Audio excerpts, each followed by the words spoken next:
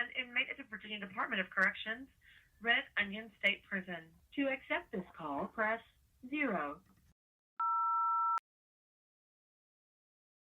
This is Randy. I'm a Supermax Red Onion State Prison. I hope you enjoy listening to what I have to say. The thing about prison that hurts and scares inmate more than anything else, it's not violence. It's not the possibility of getting stabbed or getting beat up or getting raped. Or the thing that hurts the most is loneliness. Because when you're in this environment, you are absolutely, completely, utterly alone. You know, you may be surrounded by a bunch of people. You are alone. Because everybody in this environment is a predator to some extent.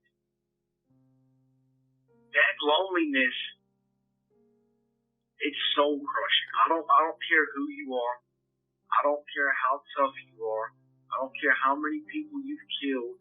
I don't care how many people you've beat up or stabbed or robbed. It doesn't matter. That loneliness gets to you, and every single prisoner has cried themselves to sleep. Every single prisoner has been so alone, they have contemplated suicide. Every single one. You do time in prison, loneliness will drive you to suicide eventually.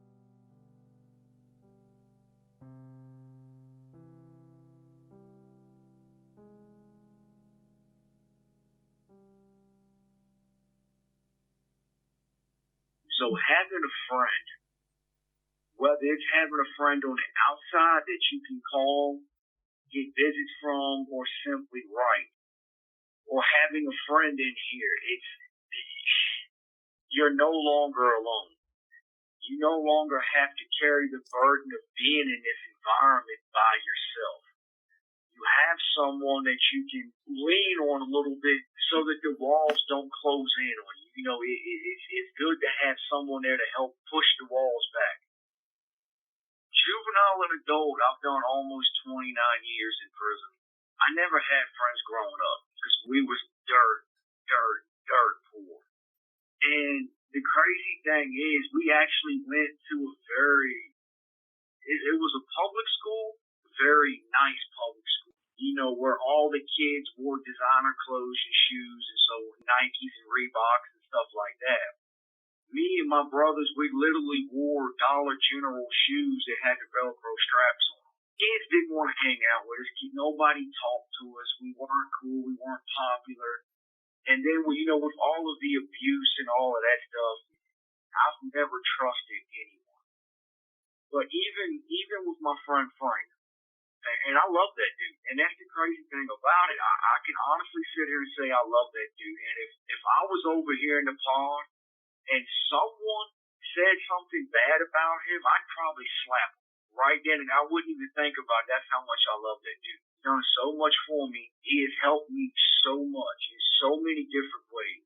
Trust. I mean, it's hard to trust someone in here. And that's what makes it so difficult to have friends in prison, because you don't really know. So it took a long time for me and Frank to get to the point, you know, in our friendship and where we're at right now. I met him in we was in D1 when this was the original step down program. But he was upstairs and I was downstairs, so I never talked to him, but I seen him and he seen me. And we both got locked up without charges, and we went back to SEG, and we wound up in the pod together. He had sent me some coffee and a little bit of candy and whatnot because he has money and I don't. You know, at that particular point in time, I had nothing. So, you know, he just looked out for me because that's just kind of what Frank does. I wrote him a little kite saying, hey, man, I appreciate that. Thank you. You know what I'm saying? It's not something you have to do, blah, blah, blah. And when we got moved from that pod, we went to D6's, which is, you know, the pod that we was in when they was filming the documentary. And as a matter of fact, you see him on the documentary sitting beside me when we're rolling sports. He's the one wearing the orange baseball cap. He's from down in this area. You know, he's a real country hillbilly type guy. And we was on the vent together, you know, and we started talking, and, you know, we, you know, had a lot in common. You know, a lot of the same interests and stuff of that nature. And we just spent so much time together. Our friendship just built from there, just getting to know each other, talking about our childhoods, you know, talking about things that we like, you know, watching TV or reading books and, you know, stuff of that nature. You know, we had some, you know, some guys in the pod that like to stir up trouble, like to run their mouth and, you know, do that, you know, talk about people behind their back. And Frank was out at work one day, but I didn't go out. I'd let somebody else fill in for me. And some guys were out there talking about me behind my back, saying that I was a snitch and I was doing this and doing that. And Frank just straight stood up for me and told him, man, look, you know, y'all need to shut the hell up. He's not doing none of that, because if he was, y'all would be in freaking sad right now. And, you know, he got quite mad at him. Frank has a reputation for being a pretty damn violent guy, even more so than I do. And so they kind of backed down, like, oh man, you know, we're just saying what we heard, blah blah blah blah, you know, and all that stuff. And I found out about it. I mean, Frank didn't even, you know, we talked about it afterwards, but he didn't even tell me he done it. I kind of found out from someone else. And yeah, we just talked, you know. And it was just real conversation. It wasn't. Most guys in there, they just want to talk about girls or drugs or TV and stuff like that. You know, me and Frank had real conversations. You know, we discussed politics, we discussed race, religion, geopolitics, and, you know, stuff of that, world events, and, you know, just all kinds of different things, you know, and it was just real conversation. That's how me and him wound up became really good friends. I've known him for seven years, he's still in the same pod that we was in. I did see him yesterday on the rec yard. I was outside on the rec yard, and he was coming back from medical. And I talked to him, you know, and I told him that this was a really good pod. And, you know, he said he was going to try to get over here.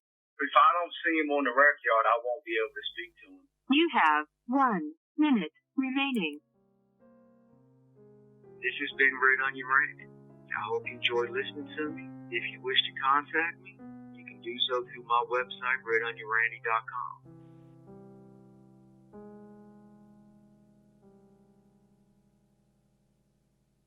Thank you for using GTL.